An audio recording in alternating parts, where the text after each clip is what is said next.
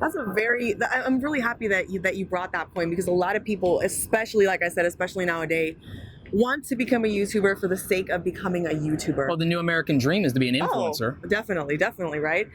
But really, you fail to ask yourself, what am I bringing to the table? Like, who am I impacting? What's the value that I'm bringing? In your case, I'm really happy that you mentioned that you wanted to be an educator, and you decided that YouTube was the main platform that you were going to use to do so. You can have a skill, and you could have been making money at that skill for like 5 years, a decade, but no one will let you teach if you don't go and get a 6-year degree or a 4-year degree in teaching, let alone the skills and experience you had for 5 years or a decade or 20 years. No one will let you teach. YouTube is meritocracy. It doesn't just give you a voice and freedom of expression, but also democratizes things like education development.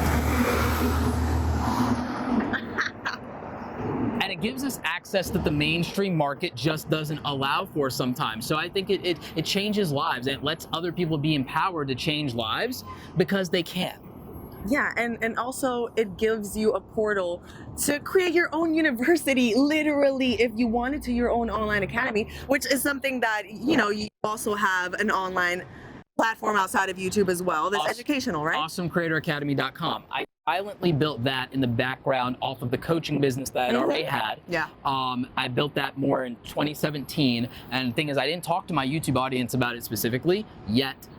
Doing that more often now. I'm now my own sponsor on my YouTube content, which is awesome. But I built AwesomeCreatorAcademy.com because, one, I wanted to make sure that my education platform was independent of YouTube. YouTube doesn't always provide the best learning experience, even though it's the most accessible one. Yep.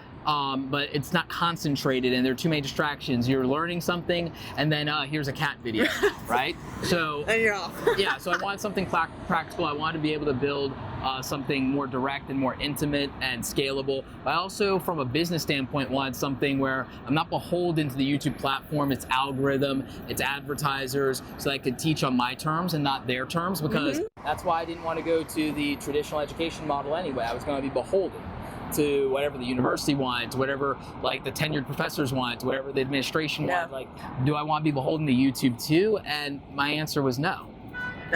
I love that. Love that answer. Great answer.